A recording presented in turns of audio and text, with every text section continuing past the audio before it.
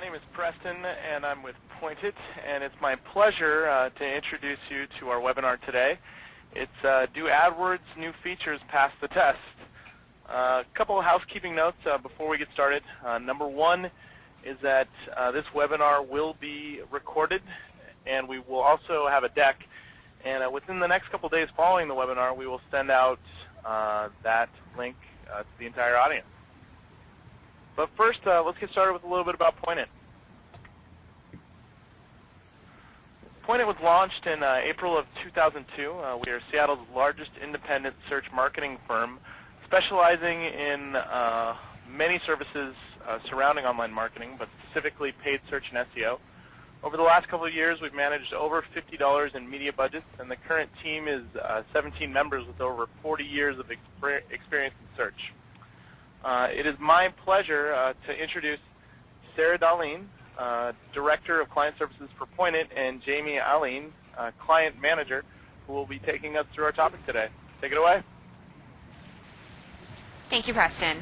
This is Sarah. I'll be jumping right into our agenda today. Some of the items that we'll be discussing today will be the new features and tools that Google has been releasing over the last few months. Some of these you may be familiar with, and some of them might be news to you. So I hope there's something interesting for everybody today. The first new thing we'll be discussing today are the AdWords new ad formats. So these are actually two recent changes that Google has made to the way they are displaying ad copy. A change to the display URL and a change to the headline format. So we'll be taking you through what these are, and we'll actually be looking at some tests that we did and sharing our results as well. Next up will be automated rules, which just recently became available to absolutely everybody. So I would tell you guys, go ahead and start testing those and taking a look at what's available there as soon as we're done with this webinar today. We'll be taking a look at what we learned from testing automated rules and what we would change if we were Google.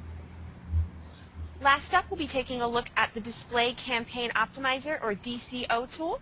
We'll be taking a look at how to set it up and how to make it work for you and your accounts. First up will be the AdWords new ad formats. Recently, Google made a change to the display URL format. So we'll be taking a look at what was that change. We'll be taking a look at what we tested within that new format, what results we expected from those tests, and whether or not we were correct in those expectations. Next up, we'll be taking a look at the new extended headline format, which I'm sure most of you guys have seen just out there searching. We'll be taking a look at what that looks like, what it is. We'll be taking a look at those tests that we performed within that new format. We'll be taking a look at our expectations and also assessing whether or not we were correct in those expectations. Thanks, Sarah. I'm going to jump right into the display URL changes in the ad formats in AdWords. So Google recently changed the way that they're showing the display URLs in the ad copy. And according to Google, the purpose for this was for the display URL change was to standardize the appearance of ads on the search results page. Now, previously, the URL entered into AdWords using capitalization, such as the example here, would appear just as it is right there. And you notice all the capitalization in the subdomain in AdWords, in the A and W, in the domain, the G is capitalized, and then also in the subdirectory, the S in support is capitalized. Now the new format, which Google has recently changed to, is a lowercase subdomain and domain, so the AdWords and Google.com are all lowercase, but the subdirectory can contain capitalization. So in order to test the display URL and against some parameters, we based the test on the fact that we can no longer make capitalization changes in the subdomain or domain. So we tested capitalization in the subdirectory only. Since display URLs for organic listings appear entirely in lowercase, we figured, hey, why not test the entirely lowercase display URL versus the display URL with capitalization just in the subdirectory. So you'll see here what we tested head-to-head. The display URL with capitalization in the subdirectory, you see Tea Kettles has a capital T and a capital K, versus an entirely lowercase display URL which has lowercase domain as well as a lowercase love seats, which is the subdirectory. So in previous tests, we saw that capitalization in the domain, subdomain, and subdirectory portions of the display URL have, across the board, had a positive impact on click-through rate. Now, although we hadn't tested display URLs with capitalization only in the subdirectory, we still anticipated that the results would show that the display URL using capitalization would still have better results. Now here are the actual results we came up with. Our pick, as you can see, won. But we also saw a few things that kind of caught us off guard. The click-through rates for each of the ads, 3.61 with capitalization, which was our winner, versus 3.15 without capitalization. Now what we didn't expect to see was the conversion rate and cost per conversions. You can see here that the conversion rate was much higher with the capitalization. It was a much bigger difference, a very clear difference between the two ads. So it definitely calls for some more testing there.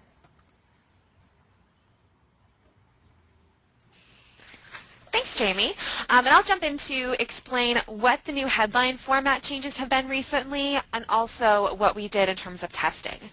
So since February 3rd, Google has been testing a new headline format.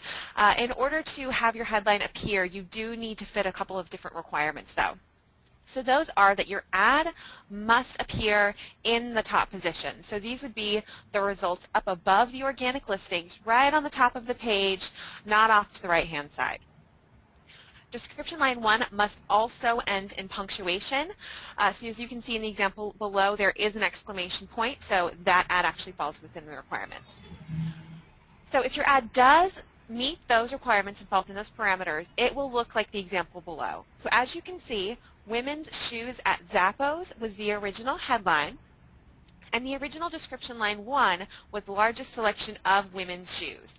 So since that ad showed up in one of the top positions and contained appropriate punctuation, Google has moved that description line 1 up into the headline and separated it with a dash.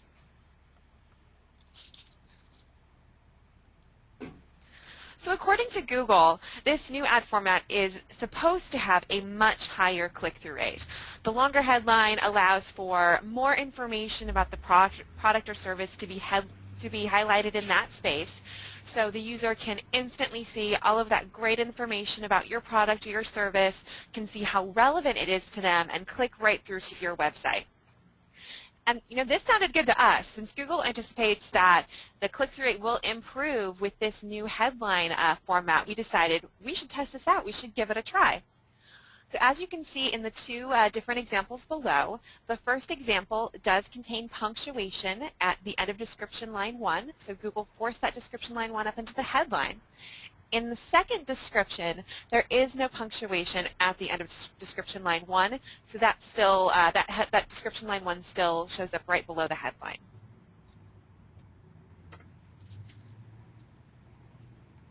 So that's what we tested. What we anticipated was that the extended headline would outperform the short headline. Our pick was the one that had punctuation at the end, so that we would be forcing that extended headline to show up in the results. But in reality, what we ended up seeing was that based on CTR alone, or click-through rate alone, our pick did not win. We did see some interesting results across the board, which I'll get into in just one second. So what we saw is we did see slight improvement in our click-through rate on our extended headline ad, 11.22% on the long headline ad versus 10.51% on the ad that had the short headline.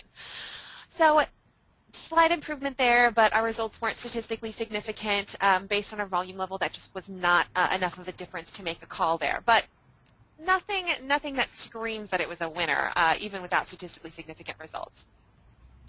What we did see that was kind of alarming to me was that our extended headline version had a much lower conversion rate, 3.37% on the extended headline ad versus 5.48% on our ad that had the regular short headline.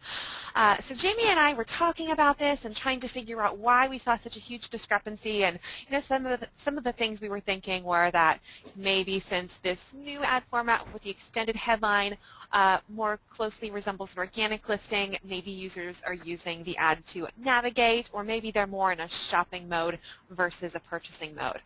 But it's definitely something that we will continue to run and take a look at these results specifically, but also test in other ad groups, other campaigns, to really see what types of products or what types of accounts this extended headline can have positive results for, and which types it can have negative results for. Thanks, Sarah. Now I'm going to move right into our next section, where we're going to take a deeper look into AdWords automated rules. So, what are automated rules? What can they be used for?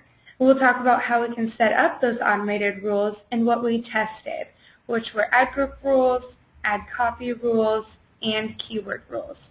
We'll also touch on the things that you'll want to watch out for and a couple notes on things that we might change. So automated rules are basically if-then statements that you can create within your AdWords account to make automated changes on your behalf. So the rules are making changes instead of you doing it yourself. Makes me think of what my grandpa always says, give a lazy man a job and he'll find the easiest way to do it. I mean, maybe that doesn't apply, but it kind of makes me think of this. So automated rules are basically designed to help you manage and optimize your account on a daily basis. These automated rules can be set on the campaign, ad group, ad copy, and keyword level. And they can run at any time that you specify, and you can also set up to be delivered email alerts and also to notify you when rules run or when any issues arise. Now we'll get started on setting up the automated rules. So from the campaign, ad group, ads, or keywords tab, click on the drop-down menu that says automate. And then you'll pick the rule that you want to set up. Now this is an example of what opens up when you're on a keyword tab. You'll see all these fields that you'll fill in, and that is what you will use to create your automated rule. So based on the type of rule you'd like to set up, you'll fill in the appropriate information. So in the case on this slide, it shows what it applies to, and it defaults to all but deleted ads in this ad group. And the automatic rule that you have selected is enable ads. And then you'll set the requirements. So you may want to set it to a click volume level that you don't want any of your ads in that ad group to exceed, or you could specify particular text in an ad for which all ads you would like to enable. So once you pick that, you'll move on to the time and frequency. You could run the rule once, you could run it on a weekly basis, you could run it every day. And you can pick the time that you'd like it to run, and then also you determine where you'd like the rule to pull that data from. And then you'll see below that there's an option to get emails or notifications, and then you'll just preview the results and you're done. So our test on automated rules is simply to go through the process and ensure that they run and to see if we ran into any issues. Now, I hate to spoil the ending, but they all ran just fine, although we did uncover a number of helpful tips to keep in mind. So if you choose to use the automated rules, stay tuned and Sarah will cover those in detail after I review the specific automated rules that we tested. Now, we wanted to cover all the bases with our automated rules testing, so we created rules based on ad group, ad copy, and keyword levels, rules based on ad group names, based on ad text and ad copy, based on performance parameters. Now the first I'm going to talk about is creating the ad group rules. We created an automated rule that would pause ad groups with particular names at a specific time. Here's a good example of when you might want to use this rule. Let's say you're a software company. You're selling your software online. Now, often new versions of that software are launched and old versions are discontinued. You can use this rule to turn off the ad groups that contain the discontinued version as well as turn on the ad groups that contain the launching version. So let's say you've got product A, B, C, and D. Product A is currently in version 2.0, but you're coming out with version 3.0 next month. So this is when your product is being discontinued and you have a product launch. In order to make AdWords do the work for you, you can set up an automated rule that pauses ad groups in the product A campaign with 2.0 in the ad group name. Now, on the off chance that you're ahead of schedule, I know I always am, just kidding, and already have your 3.0 ad groups created, you could also create a separate rule to enable all ad groups with 3.0 in the ad group name on the day of the launch. So for our test, we kind of simplified it. We created a rule that paused all ad groups containing IFB at 2 p.m. one time on February 15th. Now, a similar rule that you could set up, but based on ad copy, is the ad copy language rules. An example of when you might want to use this rule is if you're using a lot of promotional ad copy. So if you have a spring clearance sale that you're promoting in your ad copy, or maybe you're promoting a free gift with purchase in your ad copy, well, those all have to end at some point and start at some point as well. So if you'd like to, this may be a good opportunity to create an automated rule to do that for you. So in our example, we created this rule on the Ads tab. We paused all ads containing this specified promotional language, and we set it to run once on February 15th. Now, hopefully by now you're kind of getting the idea of how automated rules can be set up in your AdWords account to help manage some day-to-day tasks and free up your time to, let's say, focus on strategy development. Now, the next couple of rules I'm going to discuss have the same setup, but they're based on performance parameters, and they can be really helpful in automatically optimizing areas of your account. So an example of when you may want to use this, possibly if you're trying to control costs for your ads, you could set a rule that would pause ads based on a certain cost level, that would pause an ad if it reached a certain cost, or maybe if you didn't want it to exceed a certain cost per conversion. You could definitely set up one of these rules to help you reach that goal. Also, if you're trying to optimize for fluctuating volume, this may be a good rule for you to set up. So you can set up two separate rules for pausing and enabling.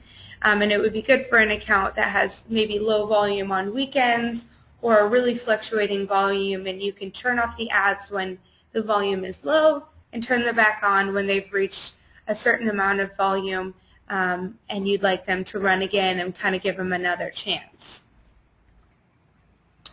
So the ad copy rules that we set up, one for pausing and one for enabling. The pausing, we pause the ads with less than 10 clicks. And we based this on data from the previous 24 hours, so it looked at the past day, and we set that to run every day at 2 o'clock.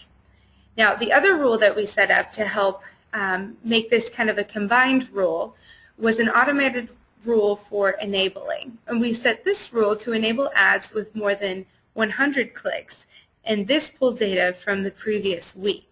And this one we set to run every week on Monday at 5 a.m. So we did this with the intent to pause any ads that had low volume on particular days, but turn them back on and we wanted them to run again through the week, and if the volume started to go down at the end of the week, then they would be shut off. Now, in this rule in particular, I think Sarah and I agree we would have done it a little differently, and it kind of brought up some red flags for some things that you'll want to make sure to watch out for if you're setting up these rules, and she'll discuss those in a little bit. Another good optimizing automated rule to use is on the keyword level. So we looked at creating keyword level CPC rules. A good example for this is if you want to automate your bid optimization. In particular, if you find yourself doing the same kind of bid ops over and over again, you can use those rules and create something to do it automatically for you. So in our example, we set the rule to increase CPC bids by 10% for keywords that had a CPA of less than $35 and they had to have an average position worse than 2.5. And we had this rule based on data from the previous week, and we set it to run every week on Monday. Now, of course, when you're setting up all of these rules, you want to make sure to keep a close eye on them. And the best way to do that is that there's a Manage Rules section, and the way you get there is the same drop-down menu you use to set up your rules. You'll just scroll all the way down to the bottom where it says Manage Rules. When you click there, an entirely new tab opens up, and it will break down all of the rules that you've got running in your account. It'll let you know which rules have been completed, and then it'll also give you an option to view details, which is a really important part of this tab. So for example, if you're looking at the Change Max CPC Bids rule, you see that it's completed. You can click on View Details, and it will show you how this automated rule ran, which keywords it affected, and by how much. So it's a really good tool to help manage your automated rules. Thanks, Jamie. Those were excellent explanations of how to use automated rules and actually what those are used for. I'm sure some of you noticed while Jamie was explaining that it is a fairly complicated process to set up most of these rules, and there are several things to really look out for when you're going through the setup process and when you're using these on a regular basis. So when setting up rules, it's very important to start out slowly. I would advise setting up a few very simplistic test rules just to see how they will work, what the end results will be, and possibly some of the things that you will need to change if you actually will be running these rules in the future, and you need them to perform in a very specific way. It's also important to be very careful when it comes to things like time periods. Obviously, looking back on a 24-hour period versus a week versus a month, these can have very, very different results. So just be very careful here. Make sure you're taking a look in your account to make sure you're looking at enough data. Also, CPC changes can be a little bit tricky. When you're making CPC rules, I would definitely advise you to make sure you're setting max keyword CPC limits or average positions that you feel really comfortable with your ads staying in. You know, it's really easy to go through and say on a branded campaign set a rule to increase a CPC bid by, say, 10% when a keyword fits certain parameters. You might find that that rule might fire indefinitely. If you have it running once a week, you might find that eventually your CPCs might reach a limit of $100 or more, and that keyword's just sitting at a position 1, and it's really unnecessary. So definitely keep those things in mind. Also, when looking at text-based rules, you have to be very careful that you are very specific with that text that is included in your ad group names or in your ad copy, and be very sure that it is specific only to those ads or to those ad groups that you actually want to pause or you want to enable, just because there could be unintended overlap that you run into in some situations. Other things to look out for when you're running automated rules on an ongoing basis: rules will not run during system downtime. So those AdWords system downtimes, usually Saturdays, 10 a.m. to 2 p.m., rules will not run. So if you do have a rule that's set to run on a Saturday or whenever that downtime is, definitely make sure that you log in after the fact, manually make those changes, update your rule to run on a different day, or just check in and make sure that the rule will run the next time. Also, another thing to watch out for is don't make too many changes all at once. So for instance, if you want to make a keyword CPC rule on all keywords in an entire campaign, that might simply be too much for the system to handle if it's too many keywords. The system might start running the rule, it might time out, you won't know which changes were made, which changes weren't made unless you go check out that results tab. So what I actually would advise you to do is to create several different rules on an ad group by ad group basis and run them at slightly different times. So what you might do is have ad group A run at 8 a.m., ad group B run at 9 a.m., etc., just so you're not running into those timeout issues. Another thing to watch out for is that rules do expire. All rules expire after 1 year. So definitely be making sure you're logging in, checking the start dates to make sure you don't have a rule unexpectedly stop running.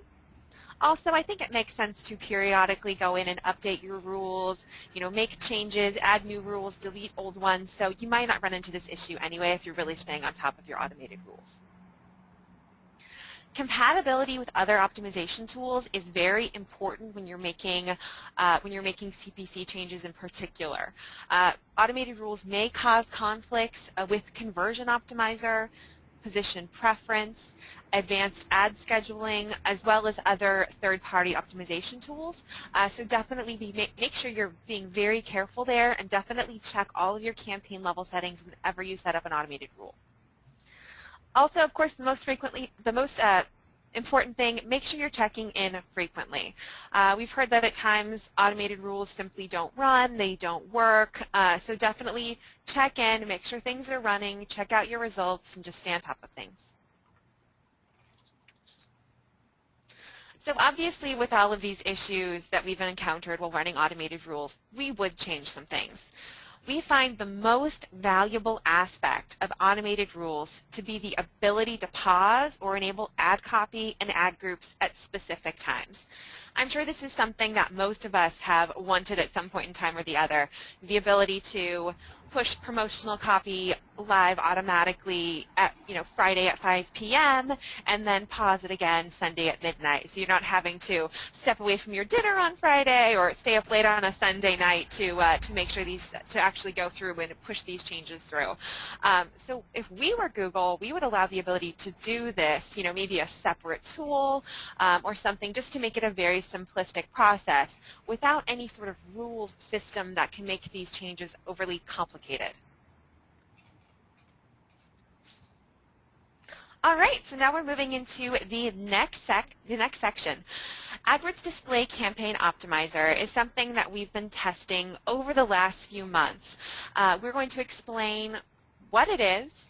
Some of you may have heard about it, but it's a pretty interesting new tool that Google's been using. We'll talk about what you need to do to be eligible, and if you are eligible, how do you go about setting it up. We'll talk about what we've seen both in terms of results as well just in terms of overall trending, and we'll also talk about things to be wary of.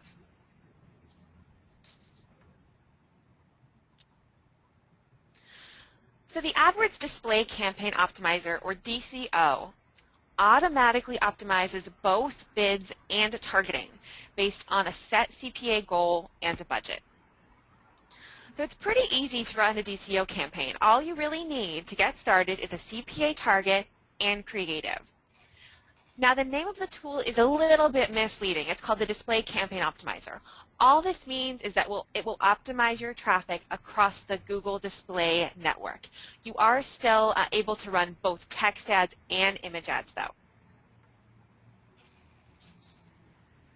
So in order to be eligible to run a DCO campaign, you must have had at least an average of 15 display network conversions a day over the past 30 days. So that would be a total of 450 display network conversions over the previous month, 30 days. This is across all of your content network or display network campaigns that you're running, all added together. It does not have to be any individual campaign.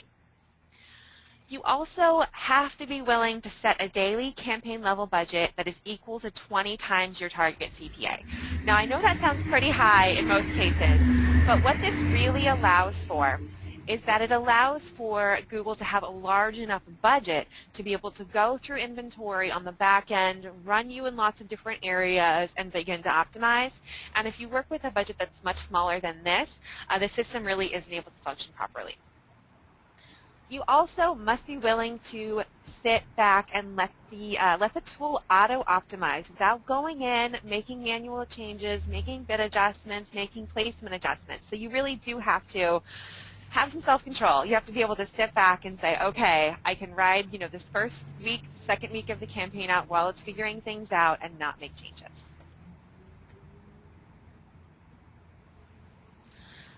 So if you do meet these requirements, it's time to start getting set up with a DCO campaign.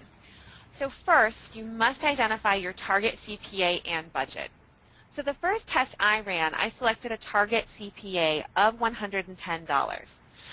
The way I came up with this target CPA was really simplistic. I looked at the past 30 days of all of my traffic on the content network for this campaign and just looked at the average. My average was 110. I probably could have picked a lower target than this, but in all honesty, I really wanted to have a realistic number and give the tool the best chance of working possible. If I'd selected a target CPA of, say, $50, it would have been unrealistic, and it probably would have stunted the campaign, and really, eventually, probably I wouldn't have been receiving any traffic.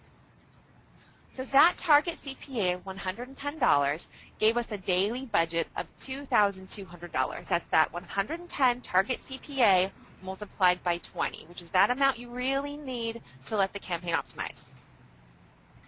After you come up with these metrics, the next step is to just start creating your new campaign. So set all your regular settings, all of your regular geo settings, language settings, etc. But the special things you're going to do are going to be under some of your bidding and budgeting settings. So for your bidding option, you will want to select Focus on Conversions, Conversion Optimizer, Target CPA. What you'll put under here is that target CPA you selected, in my case 110, and under the budget, you will put that amount that is 20 times your target CPA. In my case, you'll see my budget is $4,500, so a little bit different than that $2,200 mark, but that's just because I've been running for a few months and I have made adjustments over time. The next setting you'll want to be concerned with is actually an advanced setting all the way down at the bottom of that settings page. So under Advanced Campaign Settings, set targeting mode to Auto-Optimized, Find Conversions Automatically on Additional Placements, Display Campaign Optimizer. So basically what you're telling Google here is, I'm not going to put any keywords in, I'm not going to put any placements in, I want you to run in places that I'm not already running in my other content campaigns and find places that work for me. All you need to do at this point is create one ad group with text or image ads and push it live. You don't need to add anything else at all. So far, what we've seen, good results. In both of the accounts that I have run DCO campaigns, I've seen very favorable results. One, I've seen very good volume, favorable CPAs. The other, more moderate volume, but still definitely CPAs in the range that we need to see. In the beginning, like I mentioned, you need to ride things out. We did see some initial CPA fluctuations, as high as $475 on some days versus our target of 110. But we let it go, we didn't make changes, and over time, our CPA has settled down to about $130. Now, it probably would have been better than $130, but we have made some budget increases over time. What we found is that when you do make budget increases, especially large budget increases, which we have done, is that initially your CPA will fluctuate. You'll likely see an increase in your CPA, and then in the following 7 days or so, that CPA will work itself back down closer to your target. So definitely something to keep in mind. The best thing that I've seen about the DCO optimizer is that conversion volume has steadily increased along with budget. So this is a fantastic tool for those accounts where you are really aggressively pushing volume, conversion volume. You have big goals for the year because every single time we've increased budget, we've seen conversions follow right along. Now, although it is a great tool, there are definitely some things to watch out for when you're running DCO. It is very important that you resist the urge to make manual optimizations. No touching the account. Just at least for the first few weeks of the account, really just let it go. You might see that on specific placements on the Networks tab that there might be placements that are at a higher CPA than you feel comfortable with. What you'll likely find is if you check in day after day, Google will start reducing the bids and you'll start getting less traffic and the CPAs will reduce, or you'll stop getting traffic entirely on those placements. It might be a little bit past where you ordinarily would push things, but it's what the system does to optimize. Another thing is if you do encounter any issues pushing your DCO campaign live, which I did, you may need to reach out to your AdWords rep or call the AdWords 1-800 number. I ran into an issue where I just simply could not push my campaign from pause to active for whatever reason. All it took was a quick call and they turned it right on. Another thing to be wary of is when you're making placement optimizations across multiple campaigns, make sure you're not making changes on your DCO campaign as well. You know, you have that networks tab open, you're excluding things, you're adding things, you're changing bids and budgets. It's really easy to accidentally make changes to the DCO campaign you don't intend to. So just be careful about that. Well, thanks, Sarah. We sure have covered a lot of ground and learned some really important things to be careful of when we're using all these new AdWords features. So here we are at the end, and we have to answer the question, which features passed the test? Now let's take a look at the scorecard. So we started off with the AdWords new formats, first with the new display URL format. And to be honest, we've decided, we're still stuck in the past, so we're not entirely happy with this one. However, we do realize that the ability to use capitalization in the subdirectory looks like it's still going to have a positive impact. Now for the extended headline format, our feelings are a little different. So far, we're not really liking what we're seeing with the conversion rate there, but we definitely realize there's some more testing to be done. And automated rules. Obviously, I think that we've expressed that they are pretty tricky to set up. And while I would definitely encourage you to go out and just start testing, be very careful, create simple rules, ask for help if needed, because you could definitely run into some unanticipated issues if you aren't careful. Bottom line with automated rules, I'd just love to see a different or a simpler tool that would allow me to pause and enable ad groups, ads, keywords, but that might just be wishful thinking. For the display campaign optimizer, so far, like I said, I think it's pretty fantastic. However, I do think that you need a sizable budget just to really take those, daily bumps, especially at the beginning of the campaign when the CPA is a bit high. And you need the self-control to just sit back and let the tool do the work for you.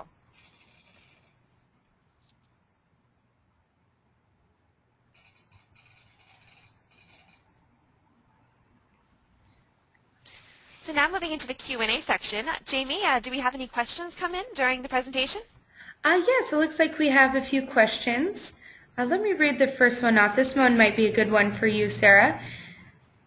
How would the DCO, the Display Campaign Optimizer, know where to place our ads if we do not put in keywords or placements? So basically what the DCO optimizer does is it takes a look at where you have run in the past. So it takes a look at your historical performance on all of your campaigns in the content network just to get an idea of the types of sites and the types of placements you've run on previously. It also excludes those sites and those placements that you're currently running on so it doesn't cannibalize those good results that you're already seeing from the content network. And over time, it runs on all of these new sites, it finds new places, new types of placements that run well for you, and then goes and finds new ones. So obviously there are new sites and new placements on the content network, I'm guessing every single day, so it's constantly going out and trying to find new places for you.